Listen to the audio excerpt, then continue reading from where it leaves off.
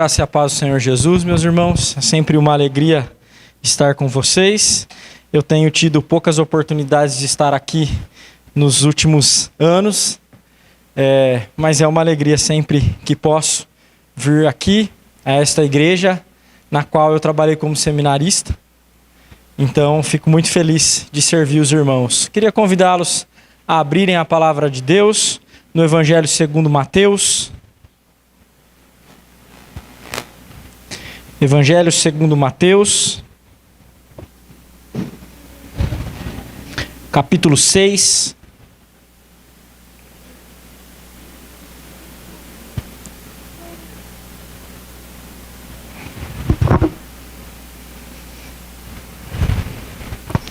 Nós faremos a leitura do verso 5.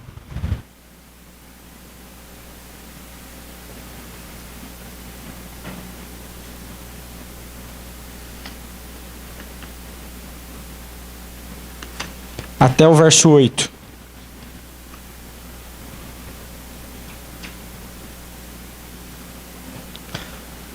Farei a leitura na ARA, irmãos, Almeida Revista e Atualizado. Então, se você está com a Bíblia digital, você pode fazer a alteração. Se não, não vai ser tão diferente assim da NAA, que eu sei que é a versão que vocês costumam usar aqui. Mateus capítulo 6, a partir do verso 5, diz assim a palavra do Senhor. E quando orardes, não sereis como os hipócritas, porque gostam de orar em pé nas sinagogas e nos cantos das praças, para serem vistos dos homens. Em verdade vos digo que eles já receberam a recompensa. Tu, porém, quando orares, entra no teu quarto e, fechada a porta, orarás a teu pai que está em secreto, e teu pai que vem em secreto te recompensará. E orando, não useis de vãs repetições, como os gentios, porque presumem que pelo seu muito falar serão ouvidos. Não vos assemelheis, pois, a eles, porque Deus, o vosso Pai, sabe o de que tendes necessidade antes que lhe o peçais. Até aqui a leitura da palavra de Deus. Vamos orar mais uma vez, irmãos? Ó Senhor, nós estamos reunidos aqui, a fim de adorar o teu nome como teu povo este convocado pelo Senhor para a adoração, mas o Senhor é tão bondoso que decide falar ao coração do teu povo por meio da pregação da palavra. O Senhor faz isso, Senhor, não apenas atingindo os ouvidos dos teus, mas que as tuas palavras caiam no coração e modifiquem, Senhor, a maneira como nós vivemos, para que o Senhor se agrade de nós. Nós te louvamos porque sabemos que nos ouve pela mediação do nosso Redentor, o Senhor Jesus Cristo. Esta é a nossa certeza, Senhor. Mas ainda assim, porque nós somos de dura serviço, obstinados, duros de coração, e porque o nosso coração é tão inclinado, Senhor, a deveres espirituais que visam demonstrar reputação de piedade mais do que piedade real, nós precisamos que o teu Espírito nos confronte. Nós precisamos ser exortados, admoestados, Senhor, transformados pelo poder da tua palavra. E o Senhor só faz isso agindo pelo teu Santo Espírito. Faz isso conosco, Senhor. É o que nós te pedimos, em nome do Senhor Jesus. Amém. Conta-se, irmãos, que na Inglaterra do século XVII, um membro da igreja de um pastor puritano chamado Thomas Shipper apresentou para ele a planta de uma casa. E o pastor Thomas Shipper lamentou, porque não viu na planta da casa um cômodo de oração. Shipper disse que casas sem cômodos de oração seriam a ruína da igreja e da sociedade. Casas sem cômodos de oração seriam a ruína da igreja e da sociedade. Eu sei que na sua casa não tem um cômodo de oração. Na minha também não tem. Thomas Shipper viveu em um contexto muito diferente do nosso. As casas dos nossos dias são bastante diferentes daquelas casas que eram construídas na Inglaterra puritana do século XVII.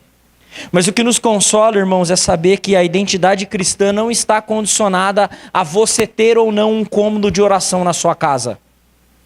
Isto é, a sua identidade como cristão não depende de você ter esse cômodo na sua casa.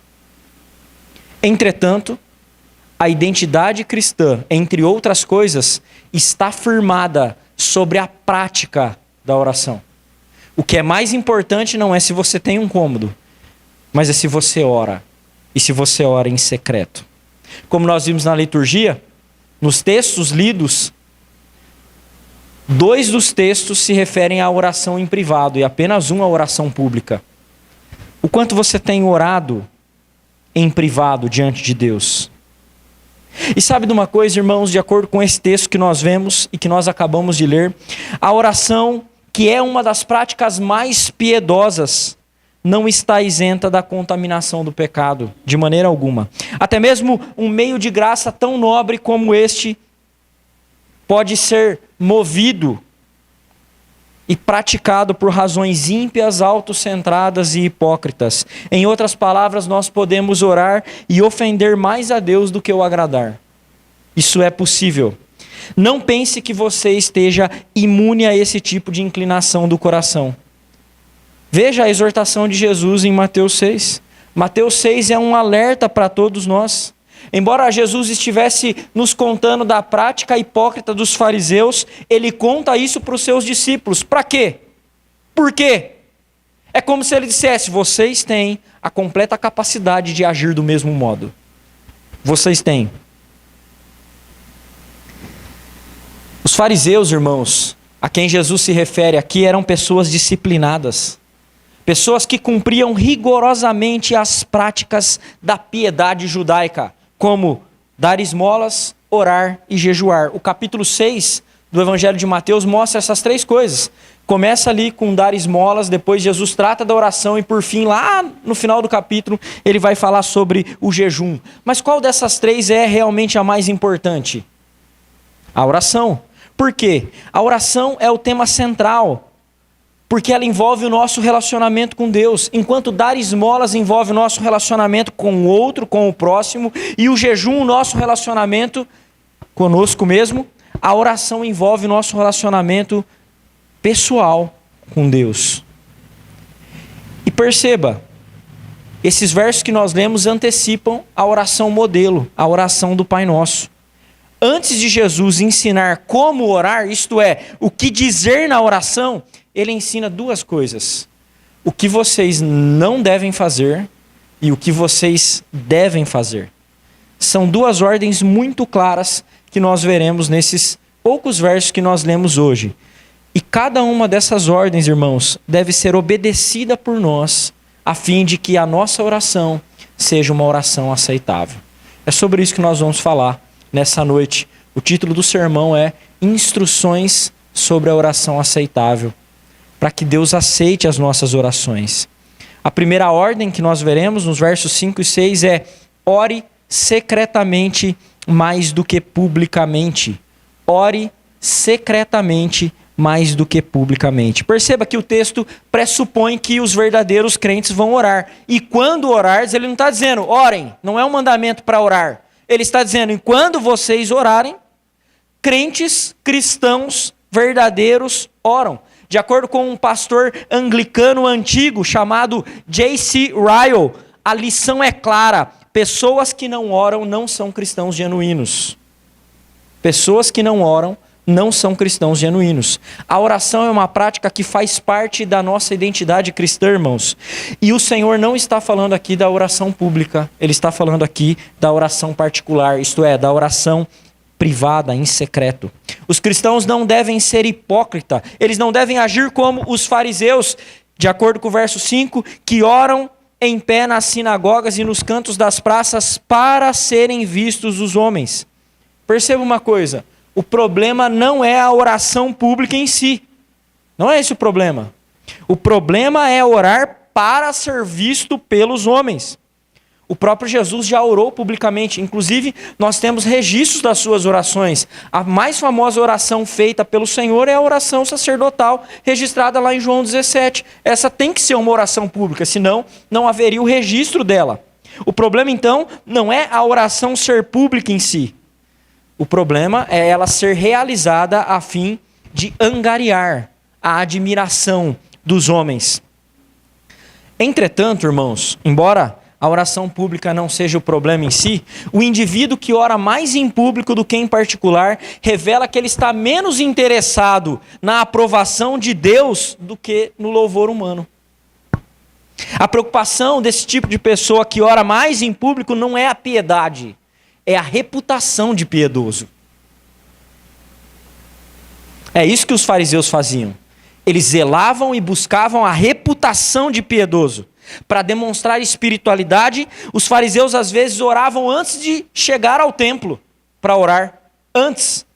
Eles iam caminhando e orando em público para que as pessoas os vissem e dissessem: quão piedosos esses homens são. Eles amavam a reputação de piedosos, mas eles não amavam estar diante do Senhor.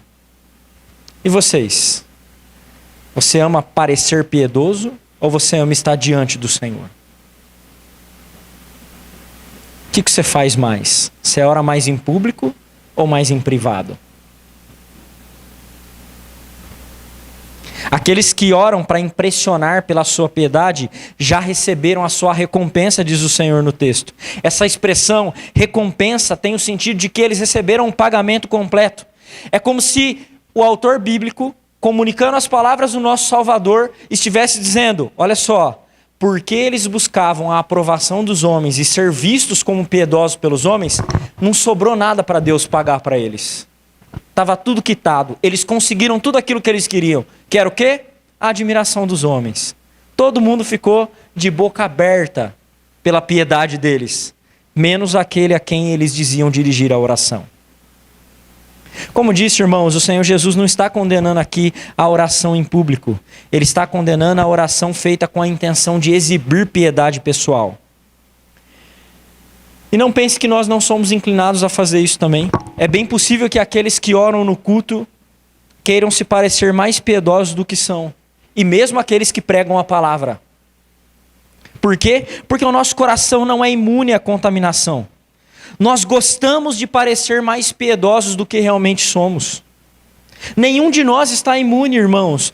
Pastores, presbíteros, diáconos ou o irmão mais maduro que você possa pensar. E nem você mesmo é diferente disso. As pessoas te veem mais piedoso do que você realmente é. E você quer saber de uma coisa? Você gosta disso. Você vem à igreja, você serve, você conversa acerca das coisas do Senhor, mas você nem sempre vive de acordo com aquilo que você diz crer. Você nem sempre é fiel à sua profissão de fé, feita aqui ou em outra igreja. Talvez você atue como um ator. Inclusive, a palavra hipócrita é a tradução da palavra grega que significa literalmente ator de teatro. Quem é você? Você é realmente o que as pessoas aqui ao seu lado pensam que você é? Ou não? O ensino de Jesus aqui separa os fiéis dos hipócritas. E os próprios fiéis podem ser enganados pela demonstração de piedade do outro. Mas Deus não se engana. O hipócrita nunca surpreende a Deus. Jamais. Qual é a saída então? Será que a saída é a gente se negar a orar quando o presbítero que conduz a liturgia pede para que a gente ore? Ou o pastor? Será que essa é a saída para nós? É claro que não, irmãos. O problema não é orar publicamente. Não é esse o problema. O que a gente deve fazer então? Já que a gente sempre parece melhor do que realmente é. Será que não orar então? Então eu não vou fazer mais nada. Não é isso. Olha o que o Senhor diz no verso 6. Tu, porém, quando orares, entra no teu quarto e fechada a porta, orarás a teu pai, que está em secreto, e teu pai que vem em secreto te recompensará. O chamado à oração é um chamado à intimidade com o Senhor. Diante apenas de Deus, irmãos, o homem não atua, ele está nu. Você não confessaria aqui, em público, alguns dos pecados do seu pensamento, coisas que passam no seu coração.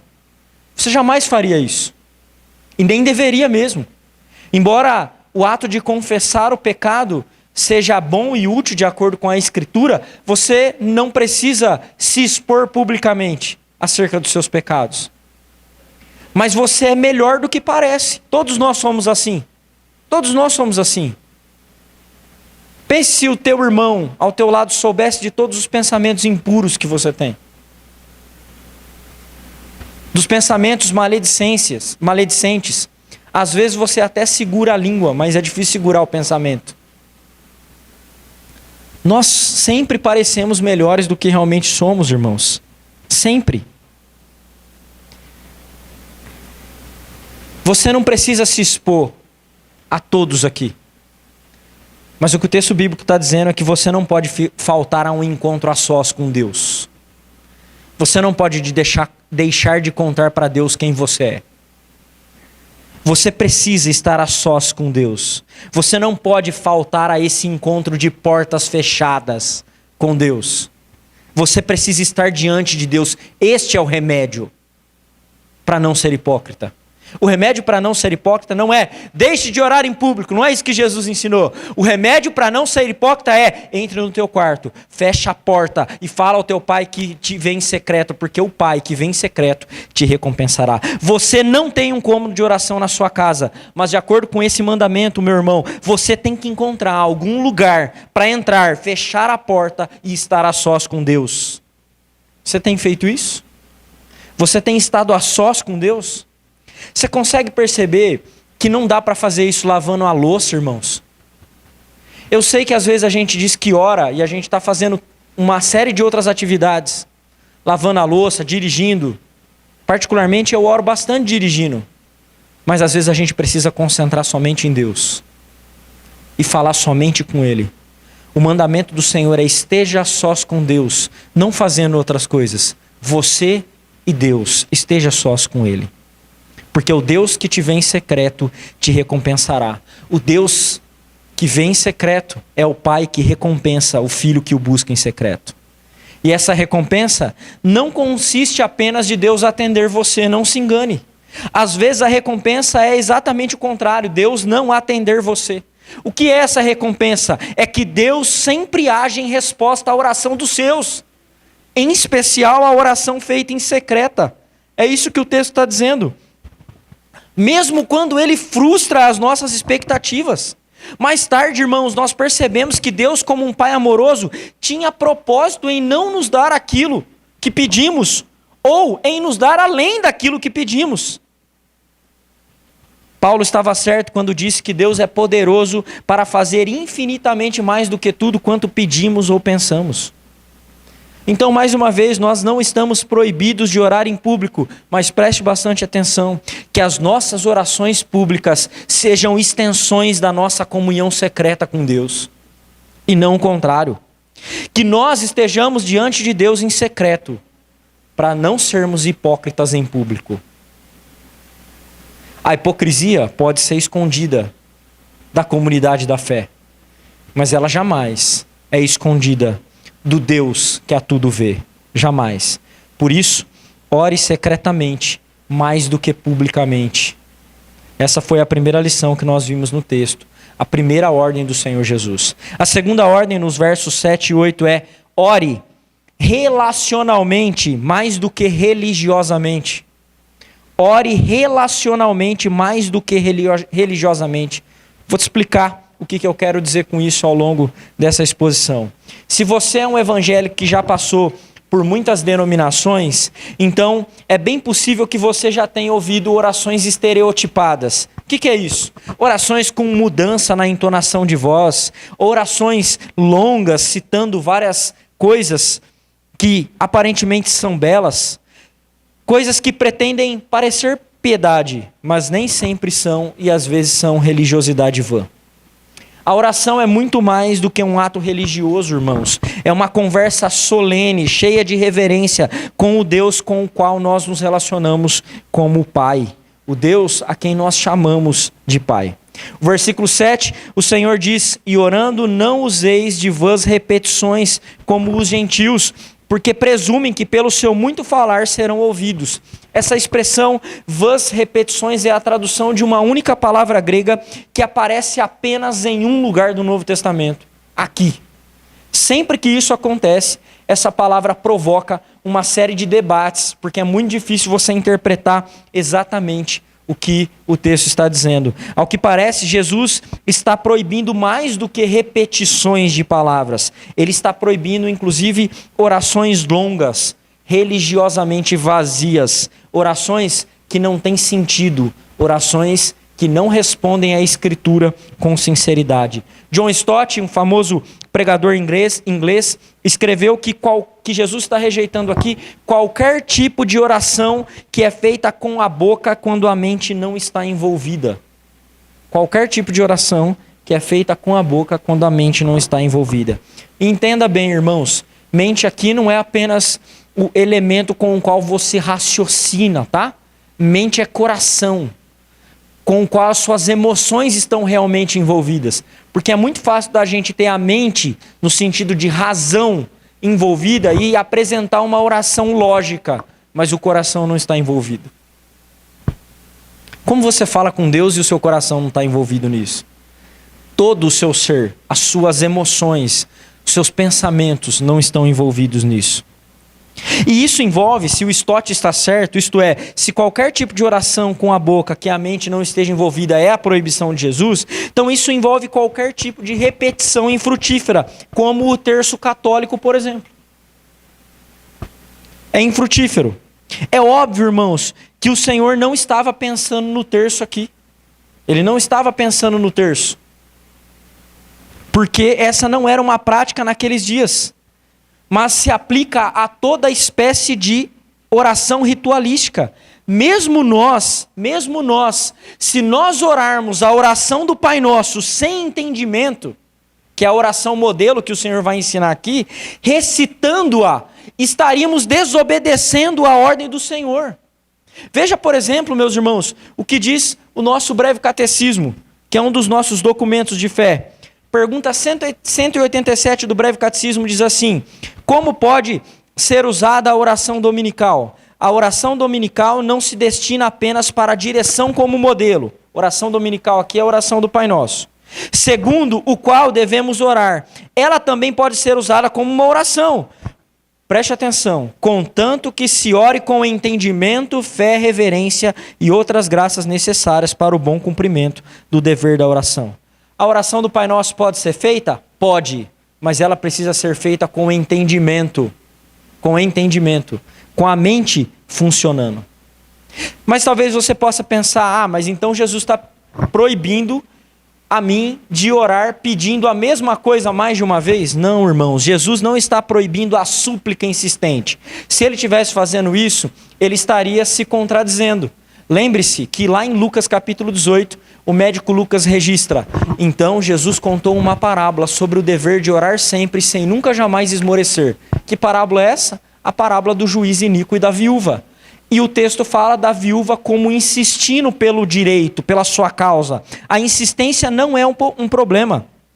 Jesus não está proibindo você de pedir as mesmas coisas várias vezes, mas ele está desencorajando você do ritualismo da repetição, como se Deus fosse convencido se nós ficássemos repetindo palavras o tempo todo para ele, mesmo quando essas palavras são de louvor. Mostra que nós não conhecemos a Deus.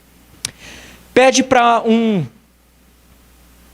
falso crente fazer uma oração acerca dos atributos de Deus e adorar a Deus. Ele quase fala os mesmos atributos todas as vezes. Eu te agradeço, Senhor, porque o Senhor é amor, porque o Senhor é graça. Você já viu alguém louvar a Deus porque Deus é um Deus irado?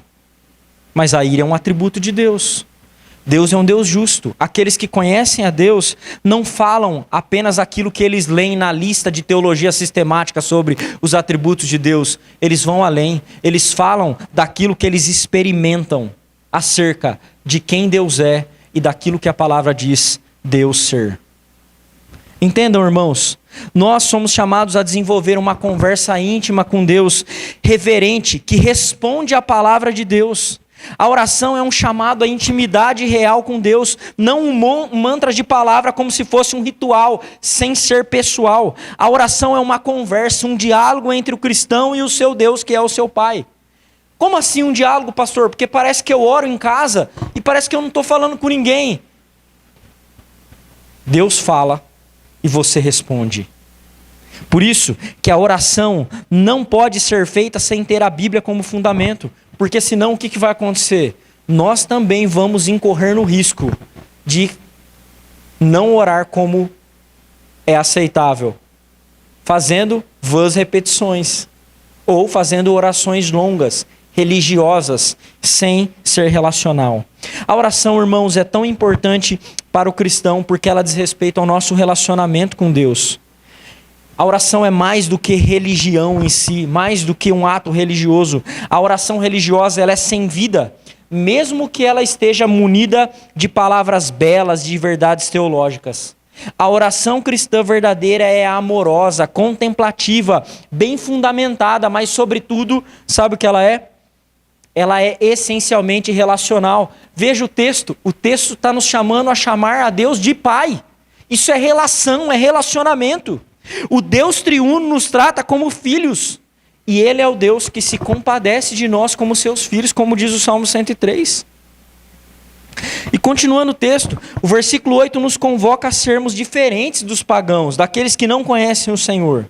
E há muitos cristãos que às vezes são muito semelhantes aos pagãos, no sentido de que eles oram parecido com eles, ou eles não oram.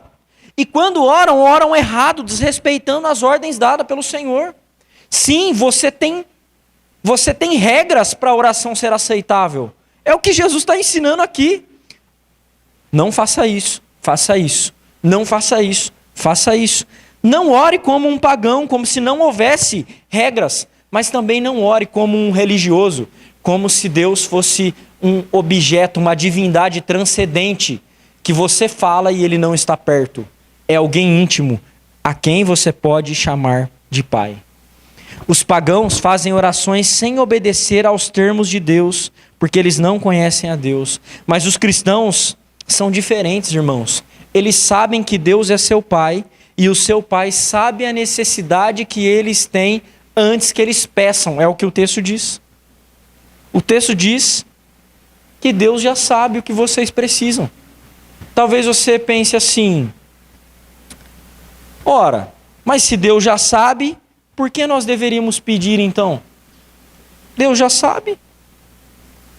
Essa é uma conclusão que prova que a pessoa não ora. Se você pensa isso, é porque você não ora. Deus já sabe, por que eu vou pedir? Por que eu peço se Ele já sabe? O texto diz que Ele já sabe. A pessoa que pensa assim, ela não ora e nem entende o que é oração. Preste atenção, meus irmãos. Nenhum filho de Deus em sã consciência concluiria que o Deus Pai precisa ser informado de alguma coisa nova acerca da sua vida. É sério que você acha que oração é informar a Deus das suas necessidades? Não, não é isso. A oração é um meio de graça. É um meio de graça, um meio pelo qual Deus atende os nossos pedidos. Porque lá nos seus decretos eternos, Ele determinou que nós pedíssemos. Veja bem, irmãos, isso é relativamente difícil às vezes, mas teologicamente os decretos eternos de Deus não determinaram o que Deus faria em nosso favor apenas, mas eles determinaram o instrumento pelo qual Deus atenderia os nossos pedidos: a oração. A oração é um meio pelo qual Deus executa a sua vontade, os seus propósitos, os seus decretos na vida dos seus santos. Não é que a oração causa os eventos, mas é o meio pelo qual o Deus bendito abençoa o seu povo. Mas além disso, e não menos importante, mas muito mais simples, a oração não é mera comunicação de informação, mas é um estado de relacionamento de Deus com seus filhos. Nós não oramos para informar a Deus, nós oramos para nos relacionar com Deus, irmãos. Se você vai a Deus achando que você precisa apresentar um pedido, você está tratando Deus como um tirador de pedido. Não, Deus não é o seu garçom espiritual. Não, meu irmão. Se relacione com Deus, porque às vezes será bom que Ele não atenda o que você quer, porque você não sabe como orar, diz o apóstolo Paulo, mas o Espírito Santo intercede por nós com gemidos inexprimíveis. Nós não oramos para informar a Deus, oramos para nos relacionar com Ele, irmãos. Isso implica que nós rasgamos o coração, nós falamos dos nossos temores, tristezas, alegrias. Isso implica em adoração, em gratidão. implica não comunicar a Deus uma lista dos seus atributos teológicos, porque se fosse assim, você pega uma teologia sistemática e vai lendo lá os atributos de Deus. Não, fale para Deus da sua grandeza e do seu amor, do que você tem experimentado dele. E se você não tem experimentado, então você não é filho. E talvez essa seja a razão pela qual você não ora. Não ore religiosamente. Ore relacionalmente, irmãos. Dê glória a Deus. Experimente quem Ele é, o que Ele fez. Isso é oração. Quem está ensinando isso é alguém que ensinou muito sobre oração. O Senhor Jesus Cristo. E o ensino de Jesus mostra que a oração não é uma argumentação teológica com Deus para que nós façamos pedidos vazios, tentando convencer a Deus de atender os deleites do nosso coração. Como filho perfeito de Deus, cujo relacionamento jamais foi quebrado, o Senhor Jesus sabia exatamente o que nós deveríamos fazer e o que não deveríamos fazer na oração. Mas Cristo não apenas deu instruções sobre oração, irmãos. Ele fez muito mais do que isso. Ele orou ao Pai. Ele não era apenas um mestre, mas ele era um mestre treinado na oração e perfeito em seu relacionamento com o Pai. Nós faremos muito bem em obedecer às instruções dadas pelo Senhor Jesus Cristo. Mas a relação de Jesus conosco acerca da oração não é apenas de mestre, não, irmãos. Ela é muito maior do que isso. Você precisa entender que o Senhor Jesus Cristo é o garantidor de que as nossas orações serão ouvidas. Nós nunca nos apresentaremos diante do Pai suficientemente piedosos. Vou repetir isso. Nós nunca nos apresentaremos diante do Pai suficientemente piedosos. Nunca. Se fosse por isso, as nossas orações jamais seriam aceitas. As nossas orações não podem ser aceitas com base na nossa própria piedade, irmãos. É por isso que quando nós oramos, nós terminamos dizendo, em nome de Jesus. Nós podemos orar porque o Senhor estabeleceu o nosso acesso ao Pai. Nós podemos nos relacionar com o Pai porque por meio do Filho perfeito, nós fomos feitos filhos imperfeitos.